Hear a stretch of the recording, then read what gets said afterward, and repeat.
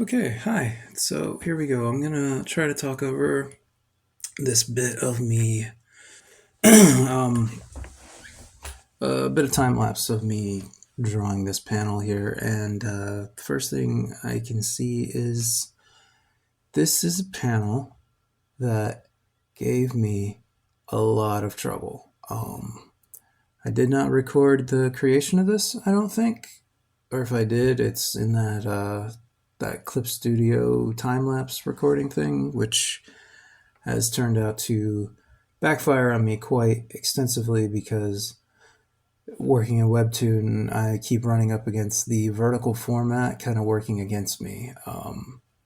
The video ends up being like, 2400 pixels wide and something like, 20,000 tall or something like that. And so the video ends up being really tall. And then whenever I try to stretch it for an editing software so I can post it, the video ends up being I blow it up and it gets really blurry. So I've started using OBS screen recording as opposed to the time lapse feature on Clip Studio, which it's obvious Clip Studio is my tool of choice. It's a very highly customized Clip Studio. I'm pretty sure that no one who tried to use mine would be able to because my hotkeys are all over the place. My menus are so customized. It's this weird sort of uh, muscle memory amalgamation thing that I've created for myself, and I'm pretty sure it's like a car no one else could drive except the owner. Um, Anyway, so what you're seeing here is I did not like that panel, even though it took me a long time and a lot of effort to get right. When I got there to the inking stage, I was like, it's boring. It's too straight. There's no energy to it. It's one thing you got to do when you're an artist, a comic book artist, especially. Sometimes you gotta just throw out a bunch of work and try again.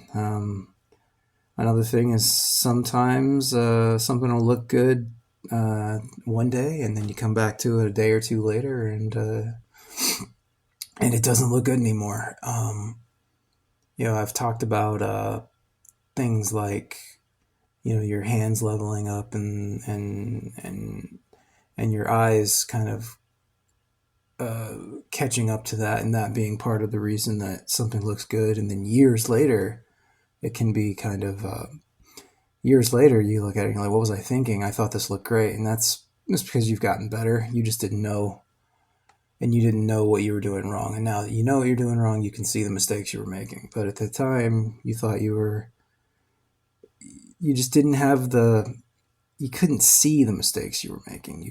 You didn't know, for instance, that your faces were off because you didn't have the knowledge it took to know that your faces were off. So you were just like, well, that looks like a better face than what I can normally draw. So I think that's a good face. And then, 5 years later, you're 10 times better at drawing faces, and that face you drew looks like crap. So anyway, that's a different thing than what this is. This is one of those things where I was probably really tired, or I was coming up on a deadline of I got to get out the door in 20 minutes or so. I really want to finish this panel. And so I just kind of was happy enough with it to let it go.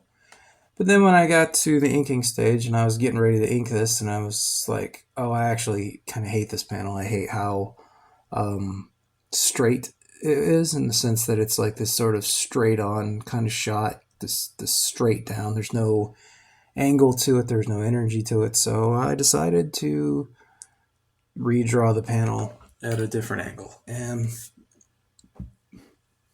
this is that. Oddly enough, I don't know if the energy was there, or the fact that I wasn't so burned out, or whatever, because I think this was, I was kind of chomping at the bit to get to the table today because I had a bunch of errands I had to run this morning that I wouldn't normally have to run because my wife was sick. So it took me a while to finally get to the art table. Um, so I guess I was like kind of, I said, chomping at the bit to get some work done. So when I finally got to draw, I was ready to ink. That's what I was expecting to do today. But then I got to this, and I was like, you know, I'm gonna redraw this panel. And I guess I just had the energy for it. And the reason I'm saying that is because I think this came out really good, and it came out um, kind of easily. Like I don't feel like I struggled too much with this. This one was, it just sort of it came out fine. I saw the image, I planned it out, and there was very little struggle or what do you call it? Like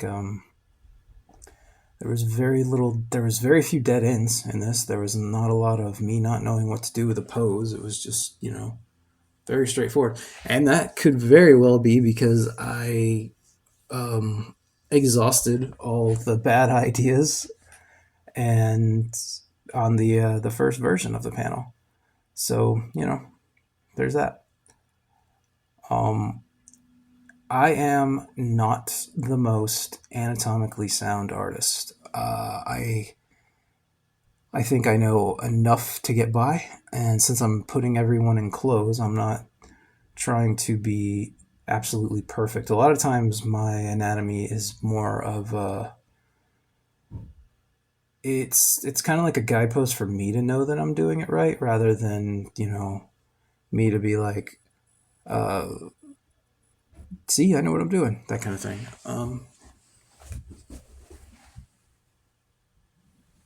Sorry, I heard something outside.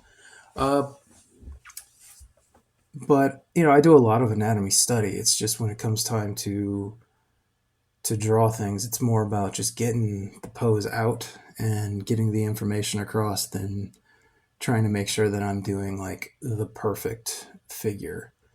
I think if I was drawing like a superhero book of big dudes in tights or big ladies in tights, punching each other, then I'd probably have to be a lot more um, a lot more precise about it, or I'd have to get more stylistic about it or something. Like I feel like I couldn't draw a superhero book, but I'm not trying to draw superhero books, and I'm not super interested. super.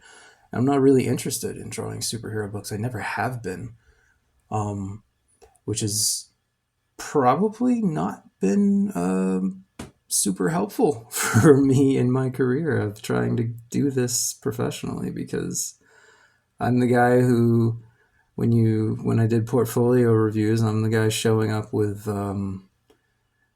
people, teenagers in clothes, or big monsters fighting people wearing clothes, because the other book I drew, Joshua Black, was this sort of, I don't know what you call it, like a kind of a Buffy meets Supernatural. Like everyone's in clothes and jackets, and there's cars and stuff, and they're all like, there's angels and demons and things like that, but there's no super buff guys or anything like that. It's just what I would call like a Vertigo book, in the sense that what do you call like I think one of my biggest inspirations artistically is probably something like, I always think about like Why the Last Man, as far as the kind of book that I feel like I could draw.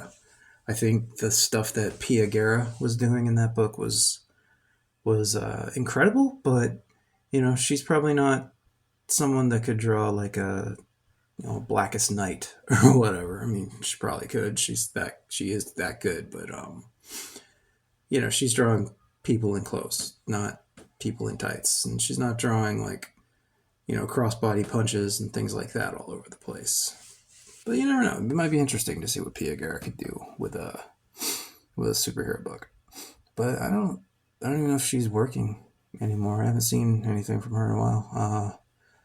I used to really like Why the Last Man and books like that. These sort of like just non-superhero books. A lot of my favorite stuff is stuff like that. So yeah, the thing that I'm really working on these days is I'm trying to get energy into my work. I don't think that energy is something that I've traditionally been historically been very good at conveying into my stuff. I think a lot of my work has been very stiff and very stilted, and I'm more worried about. I've traditionally been more worried about getting the anatomy right, which is funny considering what I just said. But I used to be a lot more of a stickler for anatomy, which is probably why poses used to be so much harder for me. But somewhere along the way, I realized that I think the gesture of the figures is actually the more important aspect of these things. Um, Sorry, my voice feels like it's starting to go out. So these days, I'm more worried about getting the energy and the gesture of the pose than I am the accuracy. I need the accuracy to be. It needs to be readable, and it needs to be what I'm trying to convey. But I'm not worried about like perfect accuracy. I think the guy that I'm thinking most about in this case is someone like Daniel Warren Johnson, which, you know, who isn't who isn't looking at his work these days, right? He's probably like one of the best guys out there. Him and Sean Murphy are probably my two favorite artists that are doing things now. So I used to have, I try to think a lot about composition from like what Sean Murphy does. Just this sort of like, they're almost slow motion shots in a way. He like pulls out and shows you a whole thing, and it's just cool shots after another. And he really knows how to do that. He knows how to slow your eye down in a way. And there's that panel that is serviceable, but I don't like. And Dan Johnson is more of a kinetic energy guy. Can just, he has this way of just making the page look like look like it's moving. He makes images look like they're moving, and that's something that I'm trying to convey. I don't think I'm anywhere near as successful at that as someone like they are, but you know, it's something that I'm working on now that I didn't used to. And the idea of getting talking heads, yeah, what am I trying to say? The idea of doing something other than talking heads is something I've had to work on quite a bit, because I will default to very standard straight on shots of what my buddy used to say. You look like you're using an actual film camera, as opposed to like, you know, you're the camera that is, you know, you feel like he made it sound like I was working like my shot choices were limited to what reality would allow, as opposed to being able to, you know, just do whatever shot I wanted to. And I'm not like one of those guys that can do these like insanely forced perspective kind of manga shots where the the angle is super extreme on a foot, and the foot is like bigger than the torso because of the perspective. That's not me. That's not something I'm really interested in doing either, for that matter. So yeah, that's that. This is one of those things where I kind of cheaped out on the design of the guards, in the sense that I feel like I could have done more with the clothes they wear. I did a lot of like research on like Pinterest and stuff for like guard uniforms and things like that, and I found that what would end up happening is it would be a massive time suck, and I'd be just you know, clicking through reference images over and over and over and over and over until I found one or whatever. But I just kind of gave these guys like a standard tunic with, you know, these armbands or whatever. I think could be more exciting, but you know, it's all about the amount of time you can put into something. and it's something I'm sort of locked into at this point. So I could I guess I could alter it as the story goes. They could show up in different clothes, or I could put uh, a little accessories or whatever on their arm, on their bracers or whatever, just to kind of to add things. But it's what it is at this point. I'm just trying to get the point across. This is something that I am struggling with a lot these days, and that is this sort of skirts. Now, I know this isn't a skirt in the traditional sense. This is a long tunic. But, you ever go looking for how to draw a skirt or a dress or anything like that online, and you'll get a lot of, like, what do you call them? Fashion design kind of drawings. You'll get a lot of straight on sort of how to design a dress kind of thing, or what you'll end up with these sort of manga-esque how to draw like the schoolgirl in the really short kind of pleated plaid skirt from Japan. But this how to draw long skirts and people moving in them is not easy. It's also not easy to find reference for it. It's I've found a few things here and there, but for the most part, what I've had to do is just kind of fake it and try to figure it out. And I think I'm varying degrees of success when it comes to that. It'd be very easy to make it, more of a straight on kind of thing, or shorten the tunic, I guess. But this is where I am.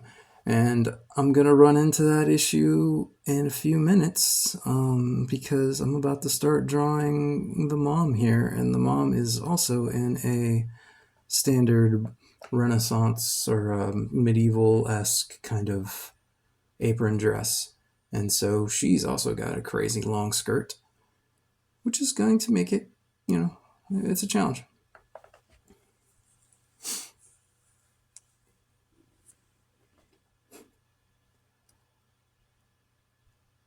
Sorry, I'm struggling for things to say, which is something I should really not put on a video that I'm trying to get people to watch and listen to, because I guess the whole point is to come up with compelling audio to go with my art and, try to be authentic as an artist and talk about what we struggle with. But, put me on the spot and I freeze up.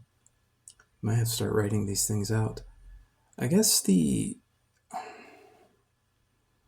issue that I'm kind of running into with this thing that I'm trying to do, these talking into the microphone over my art, is just am I a compelling guy? I know my voice isn't like radio friendly or whatever. I have a rasp, and it's not like a bell or anything like that. So trying to figure that stuff out. And I'm usually the kind of guy that can make his point in like one sentence. So the idea of rambling vocally is kind of foreign to me. Here, I'm about to come up on something that is another thing that I've been trying to work on, is being a little less precious with hair. I used to be like really kind of like I said, precious with hair. I used to spend a lot of time making sure the hair looked perfect, almost like if you've ever looked at Strangers in Paradise or Terry Moore's work. That guy, he he's described it as hair porn, because he's a bald dude, and so he's just like always trying to make sure the hair is perfect. I don't think anyone draws hair better than Terry Moore, to be perfectly honest. And I used to try to draw hair like him. And nowadays I'm more about, let's just do a bunch of lines and make get the point across so we can get moving. Because these days I'm just more about getting the work done than I am I guess, impressing people. It used to be more about like, I used to spend a lot of time going.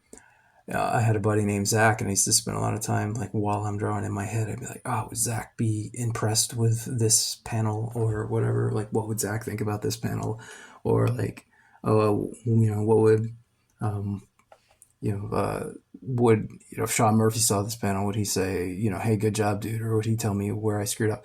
And a lot of that is probably because I used to spend a crazy amount of time walking the floors at conventions, going to every every professional comic artist booth I could, and getting them to look at my work. I have I've had some of the biggest names give me critiques over the years. When I was much worse than I am now, they would look at my work and they would tear it apart. Uh, what was the guy's name that he gave me what I would consider the hardest critique ever? Derek Donovan was his name. He ripped me apart just on some Batman pages I tried to draw a long time ago. And I recently picked those up because we moved to a new house recently, and I did a lot of packing and looking through old stuff, and I came across those pages. And yeah, he was right. He was right. There was a lot of stuff that that I that I did in those pages that wasn't great, or it wasn't professional level kind of art. It was absolutely right to tear me apart on some of the stuff. And he wasn't like mean. He was just brutal in his honesty, which also kind of hurt because not like not 5 minutes previous or before that, I got a critique on the same exact pages from another seasoned pro named what was his name? His name was Ralph Cabrera, and he gave me a good critique. He told me what I was doing right. He told me, "Hey, these are good panels and everything." I walked away with a really good feeling. And Derek was somebody that I wasn't actually planning on getting a critique from. He was hanging out with a friend of mine who was just, we were hanging out at that convention together. And so Derek was just kind of hanging out with him. And so I was just like, yeah, I just got a critique from Cabrera. And, he was really cool about it and whatever. He did. I don't think I told him straight up what Ralph said, because that came up a little later. So Derek proceeded to say, "Hey man, let me take a look. Let me see what you got." And so then he ripped me apart, nicely, as a true friend does. And then he was like, "What did Ralph tell you?" And he's like, "He told me my penciling was good. He told me this, that, and the other." He's like, "Well, he did you a disservice. I guess he was trying to spare your feelings, because he shouldn't have said that to you." I was left devastated. That was one of the only times that critique from a pro hurt.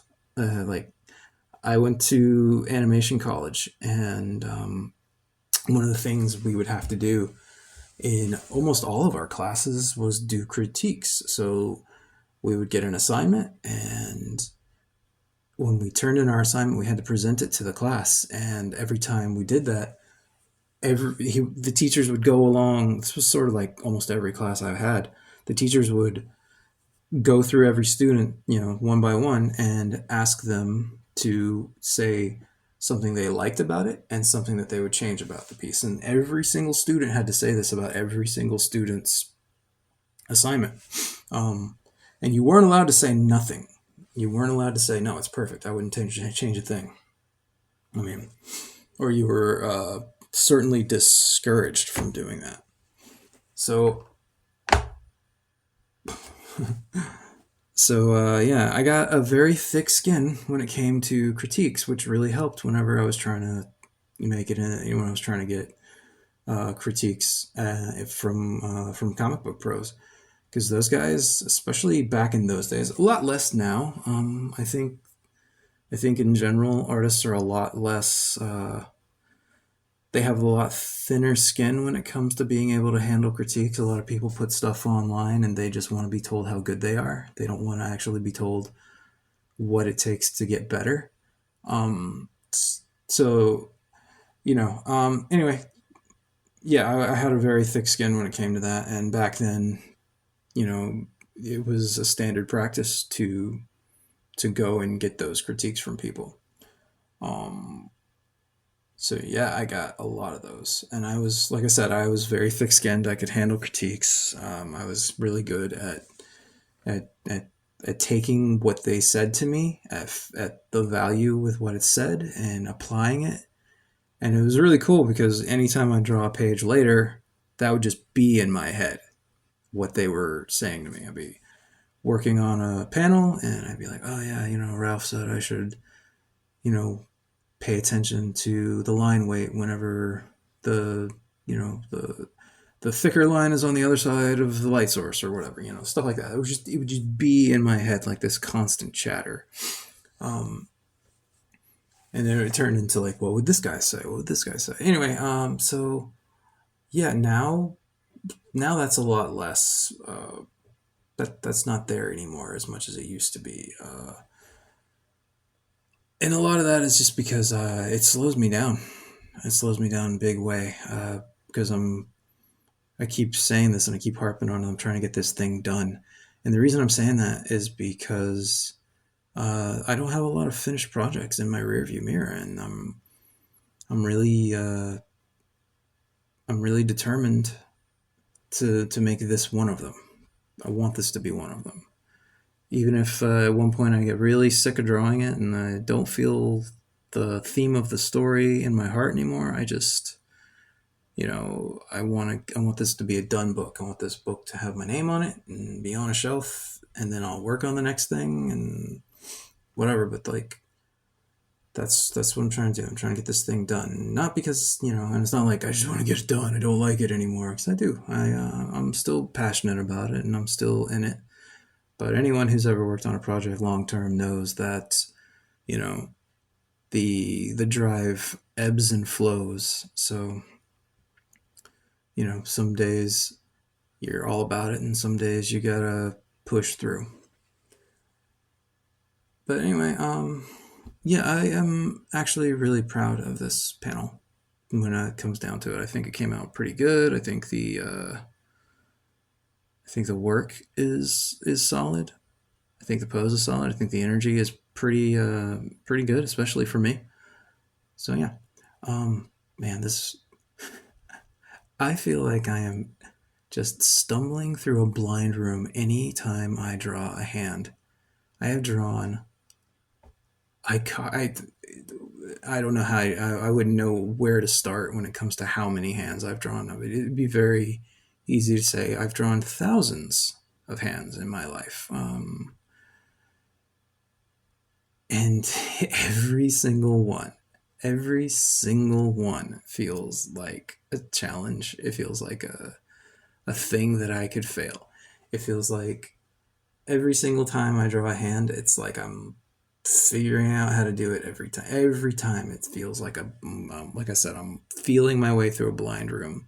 I've tried multiple methods and formulas and all that stuff, and it never feels easy to draw a hand. It's the same thing with faces. It never feels easy, even when it's coming out really good. It's just every one of them. This is an opportunity. It's like everything always feels like, oh, this is an opportunity to fail, and it's really dumb actually when you think about that, because what is failing when it comes to trying to draw a hand and having and not getting it right and then doing it again, and then what is failure? Failure, I guess, is deciding not to draw, or it is deciding that hand's good enough or whatever, or just being okay with this shitty hand. I don't know. It's this weird thing that I guess the fail comes from how much time did I burn trying to get this thing right. You know, so yeah. So let that be a lesson to you, younger artists. The struggle never stops for even the most talented, seasoned artists. There's always something that every time they try to draw it, it's hard. You know, Marco Mar, Marco Bucci, I think's his name. The schoolism guy, I think's whatever. I guarantee you there's something that he draws on a regular basis, and every time it's hard. I couldn't tell you what it is because the guy's just a phenomenal artist, but it's got to be there. In fact, if I ever get to talk to him, I'll ask him, what's the thing you still struggle with? Anyway, I'm going to call this because that's the end of the video. I hope this wasn't a terrible rambling mess. I'm sure it was. If you're like me, you listen while you draw, so you don't mind just listening to people talk about things that maybe you relate to.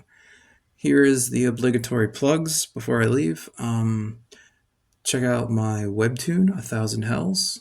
It's available on Webtoon. It's available on Tapas, and it's also available on Blocktoon if they will figure out their issues with getting my chapters uploaded. But they got back up with me today, so that's progress. And then you can check out my Instagram, Hobbs Makes Comics, Hobbs Makes Comics. And if you want to be a real bro, look up on Tumblr. It's if I'm not mistaken, you're gonna hear some clicks for a second. I'm gonna give you the actual link to it. It's a supernatural webcomic that I drew about 2 years ago. I worked on it for about 2 years. I uploaded it last week. And the URL is whenyouaredonespn.tumblr.com. When You Are Done, a fan comic by Jeramy Hobbs. This is something that I put every ounce of my effort into. I worked my butt off on this thing. If you want to see what I consider to be the absolute pinnacle of the kind of work that I can put out without like worrying about time constraints and the best of the best work I can do, check this thing out. It is about 20 pages. It's a supernatural fan comic. It's the boys from Supernatural, Sam, Dean, Cass, and Jack, taking on Cthulhu and another horde of demons. It's this weird sort of boredom project that came to me that I started working on. I had an idea after I didn't really like the finale of the show, but I worked my ass off on this thing, and as much as I thought I could tap into the Supernatural fan base, it didn't really work out so much. I don't think I have any likes. I'm not sure how many views I have on this thing. So if you want to be a real bro, go check out When You Are Done, a Supernatural fan comic by Jeramy Hobbs. Anyway, that's all for me. Like, comment, subscribe, all that random stuff that they tell you to do. Here is to 2 of these things down the pike. Bye. Oh, all the best. That's my sign off. All the best.